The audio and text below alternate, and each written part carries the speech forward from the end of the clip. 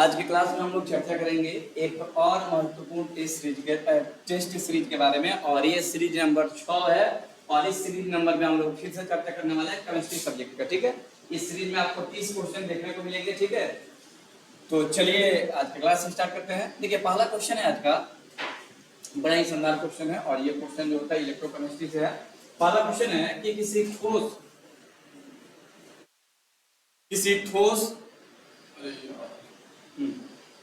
Question क्या है जी?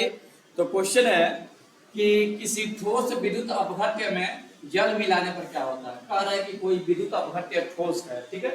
कह रहा है कि उसमें अगर हम जल मिलाएंगे तो क्या होगा। कोई अभिक्रिया नहीं होगी, कि प्रतिकर्षण बल घटेगा कि प्रतिकर्षण बल बढ़ेगा, कि जल विद्युत का बुरा चालक बन जाता है। मैंने कह रहा है कि जल मिलाने पर जो होता है उसकी चालकता जो है घट जाती है। आपसे ये पूछा जा रहा है, ठीक है। तो देखिएगा, जब भी किसी विद्युत अपघट्य में जब हम लोग जल मिलाते हैं तो उसका प्रतिकर्षण बल जो होता है घट जाता है, और आकर्षण बल क्या होता है, बढ़ जाता है। आंसर इसका क्या हो जाएगा, बी हो जाएगा। ठीक है, अगला क्वेश्चन देखिएगा। अगला क्वेश्चन है 0.5 मोलर। क्वेश्चन है कि 0.5 मोलर विलयन बनाने के लिए 1 लीटर जल में कितना NaOH की आवश्यकता होगा। क्वेश्चन में कह रहा है कि आप देखिएगा, मोल दे दिया है। मोल कितना दिया है, 0.5 दिया है। कह रहा है कि 1 लीटर में आयतन कितना है जी, 1 लीटर है। कह रहा है कि कितना NaOH चाहिए आपको बताना है, ठीक है। अच्छा, मान लेते हैं गिवन मास नहीं दिया है, तो गिवन मास हम लोग मान लेते हैं कितना, x। क्या मान लेंगे, x ग्राम। और देखिएगा, इसका मोलर द्रव्यमान निकालेंगे। क्या निकालेंगे, मोलर मास निकालेंगे। किसका, मोलर मास ऑफ NaOH का। NaOH का मोलर मास निकालेंगे तो सोडियम का 23 होता है, ऑक्सीजन का 16 होता है, इसका 1 होता है, यानी 40 ग्राम प्रति क्या आएगा, मोल आएगा। ठीक है, सब कुछ दे रखा है और ये भी दे रखा है जी, ठीक है। तो कह रहा है कि बताइए कि NaOH कितना चाहिए, आपसे ये पूछा जा रहा है, ठीक है। ये मोल नहीं दिया जी, ये सांद्रता दिया हुआ है, ठीक है। इतना मिलियन दिया है, यानी कि यहाँ पे m दे दिया है। क्या दिया है, m दिया है, ठीक है। तो देखिएगा, मोलारिटी बराबर क्या होता है। मोलारिटी बराबर होता है मोल्स ऑफ सॉल्यूट बटा volume of, number of moles of solute बटा वॉल्यूम ऑफ सॉल्यूशन। अगर लीटर में है तो 1000 नहीं देंगे, ठीक है। अब ये m का m, देखिए गिवन मास, अब देखिए n निकालने का फार्मूला क्या होता है, गिवन मास बटा मोलर मास। गिवन मास नहीं मालूम है, मोलर मास कितना है 40, और बताइए आयतन कितना दिया है, 1 दिया है, ये नीचे आ जाएगा। और इसका m का वैल्यू कितना दिया है, m का वैल्यू दिया है 0.5, तो ये x हो गया और नीचे आ गया कितना 40। तो क्रॉस मल्टीप्लाई करेंगे तो x का x, 5 चौका 20, ठीक है, 5 चौका 20, यानी कितना आ जाएगा जी, 20 हो जाएगा, ठीक है। तो बताइए ऑप्शन में 20 पे दिया है, 20 ग्राम ऑप्शन नंबर, समझ में आ रहा होगा। अगला क्वेश्चन है कि अभिधारक में द्विबंध होने से, कह रहा है कि अभिधारक में द्विबंध होने से निम्नलिखित में से किस प्रकार की अभिक्रिया होती है। कह रहा है कि अभिकारक में द्विबंध है, डबल बॉन्ड है, तो किस प्रकार की अभिक्रिया होगी, योगात्मक होगी कि प्रतिस्थापन होगी कि प्रकाशित होगी कि बहुलीकरण होगी। ये क्वेश्चन जो है ना आज के 12th की क्लास में पढ़ाए हुए हैं। देखिएगा जी, द्विबंध, इसमें द्विबंध है, ठीक है। देखिए, जब भी द्विबंध अभिक्रिया करेंगे ना तो ये त्रिबंध नहीं बना सकता, बंधन ब्रेक होगा ही होगा, ठीक है। ये बन जाएगा। देखिए, हम यहाँ पे लिए हैं इथीन, क्या लिए हैं, इथीन लिए हैं, बहुत सारा इथीन है, इनका मतलब क्या है, बहुत सारा है, ठीक है। जब ये आपस में मिलेगा ना, आपस में जब ये मिलेगा तो पॉलीथीन बना लेगा। क्या बना लेगा, पॉलीथीन बना लेगा, ठीक है, पॉलीथीन बना लेगा। और ये बनना ना क्या कहलाता है, पॉलीमराइजेशन कहलाता है। क्या कहलाता है, पॉलीमराइजेशन, यानी कि बहुलीकरण कहलाता है। क्या कहलाता है जी, बहुलीकरण। ये 12th के बाद में आपको पढ़ना है बहुलीकरण। चलिए अगला क्वेश्चन देखिएगा। अगला क्वेश्चन है कि एक द्रव हाइड्रोकार्बन इस विधि द्वारा गैसीय हाइड्रोकार्बन में परिवर्तित किया जाता है। कह रहा है कि एक द्रव हाइड्रोकार्बन है, ठीक है।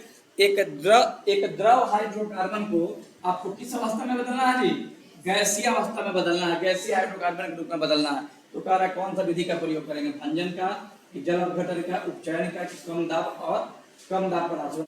याद रखिएगा, जब भी इस प्रकार का क्वेश्चन आता है, आप द्रव को गैस में बदलते हैं तो मैं कौन सा विधि का प्रयोग करते हैं, भंजन का प्रयोग करते हैं, यानी डिस्टाइलेशन मेथड का प्रयोग करते हैं, ठीक है। चलिए अगला क्वेश्चन देखिएगा, नायलॉन। ये भी क्वेश्चन जो है आज के 12th की क्लास में पढ़ाया है, क्योंकि आज 12th क्लास में पॉलीमर चला हुआ है, ठीक है। कह रहा है कि नायलॉन बनाने में प्रयुक्त एक कच्चा पदार्थ क्या होता है। सबसे पहले जानिए कि नायलॉन जो होता है ना, नायलॉन, इसको 6,6 के नाम से जानते हैं, 6,6 के नाम से जानते हैं। ये दो मोनोमर को मिलाने से बनता है। एक होता है hexamethylene, hexamethylene methylene diamine, diamine, और दूसरा होता है एडिपिक अम्ल। क्या होता है जी? एडिपिक अम्ल। इन दोनों का से क्या बनता है? नायलॉन बनता है। क्या बनता है जी? नायलॉन बनता है। तो पहले बताइए क्या मिलाते हैं? एडिपिक अम्ल की ब्यूटाडाइन की एथिलीन की एल्कोहल, बताओ कौन मिल रहा है उसमें से? एडिपिक अम्ल। तो आपका आंसर क्या हो जाएगा जी? एडिपिक अम्ल हो जाएगा। ये 12th में पढ़ना है पॉलिनोमियल में, और ये आज ही चला है आपकी क्लास में। अगला क्वेश्चन देखिएगा, पॉलीथीन। आज हम लोग समय कम लेंगे, क्वेश्चन जल्दी जल्दी बनाएंगे, ठीक है। कह रहा है कि पॉलीथीन इसके बहुलीकरण से प्राप्त होता है। अच्छा, कुछ दिन पहले एग्जांपल दिए थे जी, पॉलीथीन का दिए थे। कह रहा है किसका यूज होता है? मीथेन का, एथेन का, एथिलीन का, एसिटिलीन का। बताइए किसका होता है? तो देखिए आपको बताया था ना कि इथीन भाग लेता है। क्या भाग लेता है? बहुत सारा इथीन होता है। जब इसको आपस में हम लोग कैसे करते हैं, इसको उच्च ताप पे गर्म करेंगे तो ये बन जाएगा क्या? CH2 CH2 CH2 और ये CH क्या बन जाएगा जी? पॉलीथीन बन जाएगा। क्या बन जाएगा? पॉली, ठीक है। इनमें कौन सा मोनोमर है जी? इथीन है। कहोगे कि सर ऑप्शन में तो इथीन दिया ही नहीं है। तो बाबू इथीन का नाम जो होता है ना, एथिलीन होता है। क्या होता है? इथीन कहिए चाहे एथिलीन कहिए, तो आंसर क्या हो जाएगा? सी हो जाएगा। देख लो पॉलिटेक्निक में खाली 10वें क्लास तक क्वेश्चन नहीं है, 11th और 12th 10वां से तो मिलेगा। कह रहा है कि इनमें से कौन सा क्षारीय KMnO4 को नष्ट कर देता है। बड़ा सुंदर क्वेश्चन है। कह रहा है कि इनमें से कौन सा क्षारीय KMnO4 विलयन का रंग नष्ट कर देता है। देखिएगा KMnO4 ना पर्पल कलर का होता है, पर्पल कलर का होता है। कहीं कहीं वायलेट भी लिखा रहता है। क्या लिखा रहता है जी? वायलेट। तो कह रहा है कि इनमें से कौन सा पदार्थ मिलाएंगे जो इसके कलर को नष्ट कर देगा, इसके कलर को क्या कर देगा? नष्ट कर देगा। कह रहा है कि बताइए इसके कलर को कौन नष्ट करता है? CH4 C2H6 C2H4, इतना आंसर क्या होगा जी? इथीन करता है, C2H4। अगला क्वेश्चन याद रखिएगा, चला गया ये वाला, ये प्रबल ऑक्सीडाइजिंग एजेंट होता है। हाँ जी, अगला क्वेश्चन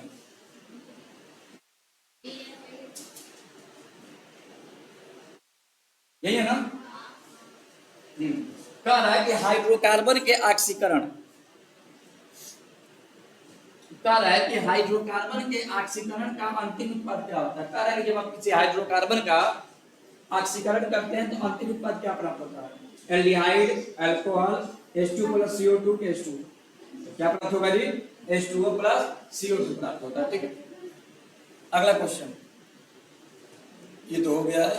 अगला क्वेश्चन जी, ये आपके क्लास 10th का है। कह रहा है कि एल्कीनो का सामान्य सूत्र क्या होता है? एल्कीन पूछ रहा है। क्या पूछ रहा है जी? एल्कीन क्या होता है formula? CnH2n CnH2n-2 CnH2n+2 C2n plus H2। बताओ क्या होगा? एल्कीन का फार्मूला क्या होता है? CnH2। ये होता है जी। आंसर क्या हो जाएगा? ये हो जाएगा, ठीक। अगला क्वेश्चन, अगला क्वेश्चन है क्वेश्चन नंबर 40। कह रहा है बताइए कि निम्न में से कौन सा पदार्थ जल से अभिक्रिया करके CH2 देता है? CH4 देता है। कौन देता है? सिलिका कार्बाइड है कि कैल्शियम कार्बाइड है कि एल्युमिनियम कार्बाइड है कि आयरन कार्बाइड है? तो कौन अभिक्रिया करेगा जी? करके देगा कैल्शियम कार्बाइड।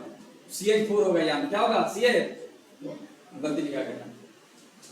अगला क्वेश्चन, अगला क्वेश्चन है कि बताओ CH2 सिंगल बॉन्ड CH3, ठीक है। तो पहले तो ये लिखा ही गलती है, इसलिए गलती लिखा है क्योंकि देखो यहाँ पे तब 3 होना चाहिए। अगर सब एल्केन में है तो 3 होना चाहिए। क्या होना चाहिए? 3 होना चाहिए। क्या होना चाहिए यहाँ पे? 3। तो इसको ऐसे हम फैला दे CH3 C8 क्लोरीन, और यहाँ पर भी क्या है? तो हम लोग एक PC तैयार करेंगे तो ये PC हो गया। तो बताओ तो ये पहला कार्बन और ये दूसरा कार्बन, तो पहला क्या जो है क्लोरीन, ये 1+1 डाइक्लोरो, डाइक्लोरो, और क्या हो जाएगा? क्या हो जाएगा जी, इथेन हो जाएगा। आई तो यहाँ पे देखो 1,1 डाइक्लोरो एथेन, क्या हो जाएगा जी 1,1 डाइक्लोरो इथेन, बनाओ ना जी तुम लोग, एथेन हो जाएगा। ठीक है, अगला क्वेश्चन है क्वेश्चन नंबर 42। कह रहा है कि बताइए कि एक कार्बनिक यौगिक का सोडियम निष्कर्षण FeCl3 फेरिक क्लोराइड विलयन के साथ लाल रंग देता है। कौन सा रंग देता है जी, लाल रंग। अतः कार्बनिक यौगिक में उपस्थित क्या होगा, कह रहा है कि उसमें क्या उपस्थित होगा कि लाल दे सकता है, नाइट्रोजन, सल्फर, नाइट्रोजन और सल्फर की इसके अंदर क्या होगा, नाइट्रोजन और सल्फर। अगला क्वेश्चन देखिएगा, अगला क्वेश्चन है कि सर्वप्रथम तत्वों का या कार्बनिक यौगिक का संश्लेषण किसने किया था, ये आप लोग खूब पढ़े हैं। ठीक है, ये क्लास 10 का क्वेश्चन है। कह रहा है कि सर्वप्रथम तत्वों से कार्बनिक यौगिक का संश्लेषण किया गया था, माने कौन सा यौगिक का संश्लेषण किया गया था आपको बताना है। बताइए कौन सा होगा जी, बताइए, नहीं बताओगे तो देखिएगा, सबसे पहले जिस कंपाउंड का संश्लेषण किया गया था उसका नाम क्या है, यूरिया। क्या जी, यूरिया का संश्लेषण किया गया था। हाँ जी बताइए, हाँ बताइए किसका संश्लेषण किया गया था जी, यूरिया का संश्लेषण किया गया था। क्लियर, ये आपका ऑप्शन क्या हो जाएगा, सी सही हो जाएगा। आपसे पूछेगा यूरिया का फॉर्मूला क्या होता है, तो क्या बताओगे, NH2CO इंटू NH2, ये यूरिया का फॉर्मूला। बताइए कोई दिक्कत है तो बोलिए। अच्छा बताइए, ये संश्लेषण किसने किया था, पोहलर ने किया था। किसने किया था, पोहलर या पोहलर ने किया था। बोलिए कोई दिक्कत है तो बताइए। अगला क्वेश्चन है, अगला क्वेश्चन है कि जल की अस्थायी कठोरता, बड़ा ही शानदार क्वेश्चन है। ऐसे आपको कठोरता भी पढ़ाया नहीं, जस्ट अभी इसके बाद पढ़ाने वाले हैं फिर भी कठोरता का। जल की अस्थायी कठोरता, देखिए जल में दो प्रकार का कठोरता होता है, एक होता है परमानेंट और एक होता है टेम्पररी। तो यहाँ किसकी बात हो रही है, टेम्पररी की बात हो रही है। कह रहा है कि जल की अस्थायी कठोरता उत्पन्न होता है, इसमें घुले हुए कैल्शियम और मैग्नीशियम के क्या होते हैं। कह रहा है कि बताइए कैल्शियम और मैग्नीशियम के क्या घुला होगा तो अस्थायी कठोरता उत्पन्न होगा। बताइए अस्थायी कठोरता उत्पन्न होगा। तो ध्यान रखिएगा, देखिए जल का कठोरता दो प्रकार का, कितना प्रकार का, एक होता है अस्थायी कठोरता, क्या होता है जी, अस्थायी कठोरता, और एक होता है अस्थायी। देखिए दोनों कठोरता ना, दोनों कठोरता कैल्शियम और मैग्नीशियम के कंपोनेंट घुले होने के चलते होता है। याद रखिएगा, कैल्शियम और मैग्नीशियम का सल्फेट होगा, क्या होगा, सल्फेट होगा या कार्बोनेट होगा, तो अस्थायी कठोरता उत्पन्न होगा। ठीक है, और कैल्शियम और मैग्नीशियम का बाई कार्बोनेट होगा, बाई कार्बोनेट होगा, तो क्या उत्पन्न होगा, अस्थायी कठोरता उत्पन्न होगा। तो बताओ तो कह रहा है कि क्लोराइड से कि नाइट्रेट से कि कार्बोनेट से कि बाई कार्बोनेट से, बाई कार्बोनेट से। ठीक है, बहुत जल्दी इसको पढ़ाने वाले हैं, आपको आनंद हो जाएगा हिंदी पढ़ाने के लिए। चलिए अगला क्वेश्चन है, सीमेंट का जमना होता है, सीमेंट का जमना आपको क्लास 10 में पढ़ लिया। ठीक है, सेटिंग ऑफ प्लास्टर, उष्मा क्षेपीय अभिक्रिया की, उष्मा शोषीय अभिक्रिया की, अपचयन अभिक्रिया की, उपचयन अभिक्रिया। कह रहा है कि सीमेंट का जमना कौन सी अभिक्रिया है, बताइए। देखिए सीमेंट जमेगा ना तो उष्मा को क्या करता है, अवशोषित करता है, तो कौन सा अभिक्रिया हो जाएगी, उष्मा शोषी। लेकिन अगर चूना को डाले रहते तो क्या हो जाता, उष्मा। अगला क्वेश्चन, अगला क्वेश्चन है कि अयस्कों में, क्वेश्चन है जी कि अयस्कों में अपद्रव्य को पृथक करने के लिए मिलाया गया पदार्थ कहलाता है, बाहर अशुद्धि को हटाने के लिए धातुमल कहलाता है, धातु में नहीं तो बन जाता था धातुमल कहलाता है। चालक उत्प्रेरक कहलाता है कि उत्प्रेरक कहलाता है कि अपस्फोटक कहलाता है।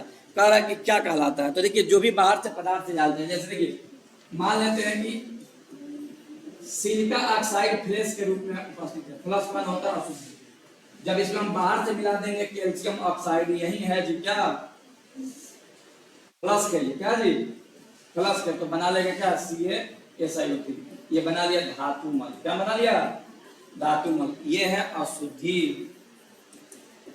और ये है गाला, क्या जी, तो क्या मिलाएंगे जी। अगला क्वेश्चन, अगला क्वेश्चन है कि निम्न में से कौन सा एल्युमिनिया का मिश्रण नहीं है। तो देखिए आपको इस सब का संघटन मालूम होना चाहिए। मिश्र धातु से क्वेश्चन आता है, मैग्नीशियम, ड्यूरेलियम, निकेलाय की बॉक्साइट। देखो बड़ा आसानी होता है ना कि अगर दो चार का कम से कम मालूम होना तो बता देते हैं। एल्युमिनिया का जो बॉक्साइट है उसका फार्मूला होता है Al2O3 बताओ क्या इसमें एल्युमिनिया है? तो एल्युमिनिया तो पहले है, इसमें तो है बॉक्साइट में एल्युमिनिया है, पर किसमें एल्युमिनिया नहीं है। ठीक है, आपको नहीं बताना है कि किसमें नहीं है। इन सब में एल्युमिनियम होता है। एक ऑप्शन इसमें छूट गया, ऑप्शन नंबर ए, इसको कर दीजिएगा पीतल। क्या कर दीजिएगा? ए में नहीं होता कॉपर प्लस एल्युमिनियम, बाकी सब में तीन में होता है। ये सब किसका अयस्क क्या है? एल्युमिनियम। अगला क्वेश्चन कह रहा है कि बताइए कि एल्युमिनिया का निष्कर्षण करने की प्रयुक्त अयस्क कौन है। कह रहा है कि एल्युमिनिया का निष्कर्षण करने के लिए प्रमुख अयस्क किसका उपयोग किया जाता है? कोरंडम का, कि केवालिन का, कि रूबी का, कि बॉक्साइट का। सब एल्युमिनिया का अयस्क है। ये करते किसका है? बॉक्साइट का, Al2O3 अगला question, question number 19। Question number 19 कहता है, क्या कहता है जी? कहता है कि एक पदार्थ का बहुत अधिक ईंधन मान होता है। कोई भी पदार्थ का ईंधन मान होता है। देखो किसी भी पदार्थ को जलाओगे तुम्हें कुछ उसमें देगा ना। तो कह रहा है ईंधन मान होता है, इसके 1 ग्राम में पूर्ण दहन पर अधिकतम प्राप्त होता है, उसे क्या कहते हैं? कह रहा है कि आप 1 ग्राम ईंधन को जलाओगे तो जो आपको ऊष्मा प्राप्त होगा उसको क्या कहेंगे? CO2 कहेंगे, जलवाष्प कहेंगे, कैलोरी ऊष्मा कहेंगे, क्या कहेंगे? क्या कहेंगे? जो उसे ऊष्मा प्राप्त होगा ना उसको क्या कहेंगे? कैलोरी। कैलोरी। ठीक है, आगे बढ़िए। बड़ा शानदार क्वेश्चन है, इंपॉर्टेंट क्वेश्चन है जी। प्रोड्यूसर गैस, ठीक है, एक होता है प्रोड्यूसर को गैस को हम लोग वायु अंगार गैस कहते हैं। कौन सा गैस कहते हैं जी? वायु अंगार गैस, अंगार गैस। ठीक है, वायु अंगार गैस का नाम क्या है? Producer gas. कह किसका मिश्रण होता है? CO plus N2, CO plus N2, ये CO है, CO2, ये CO प्लस H2 और CO इतना। ठीक है, तो याद रखिएगा CO प्लस N2 को हम लोग कहते हैं प्रोड्यूसर गैस। क्या कहते हैं जी? एक और देख लीजिए, CO plus H2, CO plus H2, ये तो ये हो गया, इसको कहते हैं जल गैस। क्या कहते हैं जी? जल गैस। बोलिए कोई आपत्ति है तो बताइए, आंसर क्या होगा इसका? ये नहीं, CO प्लस N2 होगा। ठीक है, अगला क्वेश्चन बताइए। अगला क्वेश्चन है कि कार्बन परमाणु की बाह्यतम कक्षा में इलेक्ट्रॉनों की अधिकतम संख्या कितनी हो सकती है? कार्बन परमाणु की बाह्यतम कक्षा में, कार्बन का नाम दिया है, कार्बन का कितना होता है? C इलेक्ट्रॉनिक, ऐसा हमको मालूम है कितना होता है, लेकिन आपको समझने के लिए ऐसे 4 होता है इसके अंदर। ठीक है, लेकिन फिर उसको समझने के लिए जब भी किसी एलिमेंट का नाम बाह्यतम कोश में इलेक्ट्रॉन पूछेगा तो आप करोगे क्या? उसका इलेक्ट्रॉनिक विन्यास लिखोगे, आप देख लोगे अंत में क्या आ रहा है।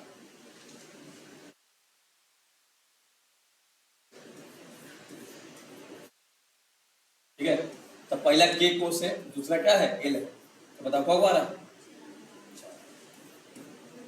ऐसे भी ग्रुप 14 का है तो अंतिम कक्षा में 4 होता है। कार्बन कौन से ग्रुप का तत्व है जी? 14 का।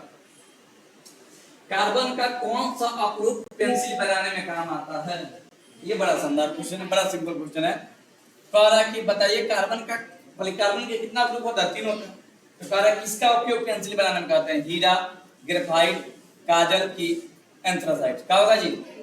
ग्रेफाइट का यूज किया जाता है। ठीक है, अगला क्वेश्चन, ये भी बड़ा शानदार क्वेश्चन है। ठीक है, कह रहा है कि प्रतीक A से A की सांद्रता निर्दिष्ट होती है। कह रहा है कि A है, इसकी सांद्रता को व्यक्त करने किसमें व्यक्त करेंगे? ग्राम प्रति लीटर में, अणु प्रति लीटर में, कि मोल प्रति लीटर में, इनमें से कोई नहीं। आपको बताना है कि इसकी सांद्रता को हम लोग किसमें मेजर करेंगे। ठीक है, तो इसकी सांद्रता को मेजर करेंगे मोल प्रति लीटर में। सांद्रता हमेशा मोल प्रति लीटर कैसे होता है? तो मोलारिटी बराबर होता है N/V। N क्या है? मोल का, मोल का मतलब मोल, आयतन का मतलब लीटर। क्या हो गया? मोल पर। ठीक है, आंसर क्या होगा जी? अगला क्वेश्चन है, इसको ना 11th क्लास में पढ़ना है। जब हम लोग इक्विलिब्रियम पढ़ेंगे ना तब इस रिएक्शन को भी पढ़ाएंगे और ये नाम भी आपको बताएंगे। एक बार पहले भी सेट में आ चुका है। कह रहा है कि नाइट्रोजन है, हाइड्रोजन से अभिक्रिया करता है तो बनाता है 2NH3। क्या बनाता है जी? 2NH3। तो कह रहा है कि अधिकतम प्राप्ति के लिए अनुकूल दशा क्या होगा। तो देखिए एक नियम पढ़ना है, लास-सातेली। लास-सातेली के अनुसार बताया जाता है कि देखिए जब भी अधिकतम प्रोडक्ट प्राप्त करना होता है तो दाब भी उच्च होता है और ताप भी। आंसर आपका यही हो जाएगा, बाकी पढ़ने की कोई आवश्यकता है नहीं। और ये शायद सेट नंबर 1 या 2 में ये हुआ भी था।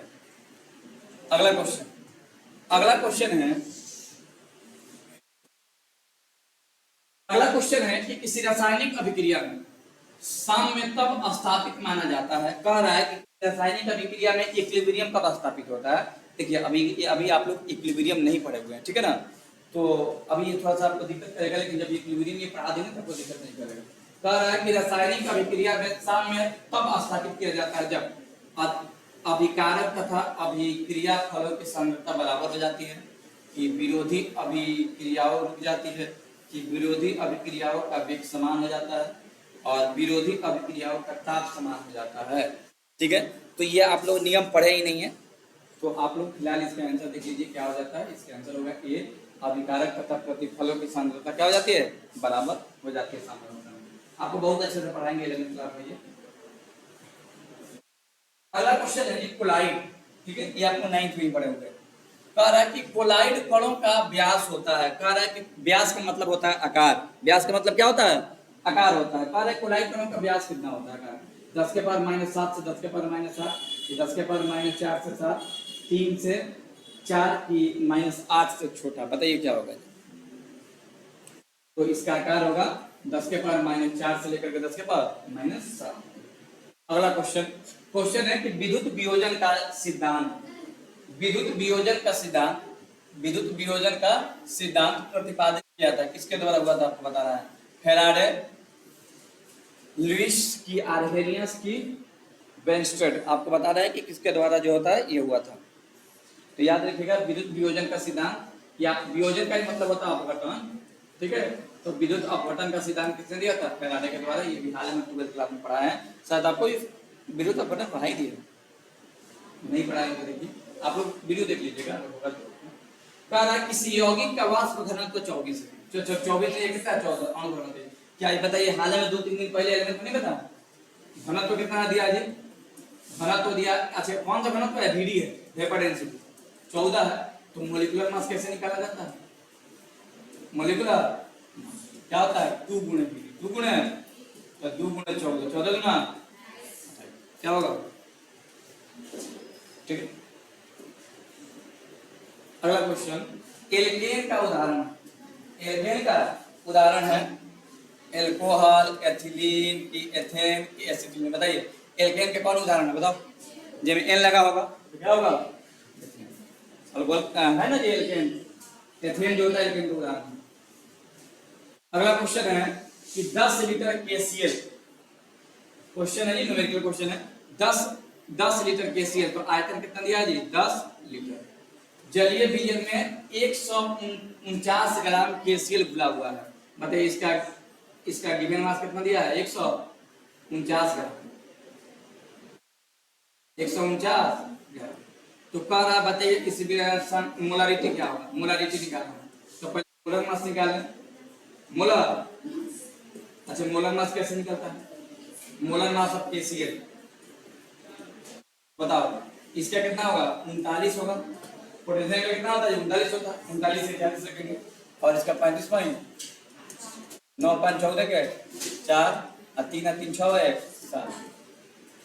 ठीक है, अब तुमको क्या निकालना है, मोल निकालना है ना होगा। तो W/m गिवन मास बटा मोलर मास बटा V, लीटर में दिया तो 1000 नहीं लिखेंगे। तो बताओ क्या कर दिया, 149 बटा 74.5 और ये कितना 10, बस नीचे ले जाओ 149 और ये 74.5। बताओ तो क्या ये 2 में कटेगा, कटेगा नहीं कटेगा। 74 गुना 150 होता है ना, 49 से लगभग 2 में 2 बचे 1/5 0 पॉइंट। बताइए 0.2 कहीं दिया है, बताइए आ गया नहीं। तो इसी के साथ आपका क्वेश्चन होता है समाप्त। यानी इस सेट में हम लोग 30 क्वेश्चन देखे केमिस्ट्री का, और ये जितने भी क्वेश्चन है आपके पीक्यू का क्वेश्चन है, यानी कि प्रीवियस ईयर का क्वेश्चन है। अगर आप इस क्वेश्चन को कर पाते हैं 15-20 तो समझिए कि ठीक है, अगर नहीं हो पा रहा तो करने का प्रयास करिए, ठीक है। जितने भी आपको प्रैक्टिस सेट कराया जाता है, प्रैक्टिस बहुत जरूरी होता है एग्जाम के लिए। तो चलिए आज की क्लास यही होता है, तो आप मिलते हैं फिर अगले क्लास में।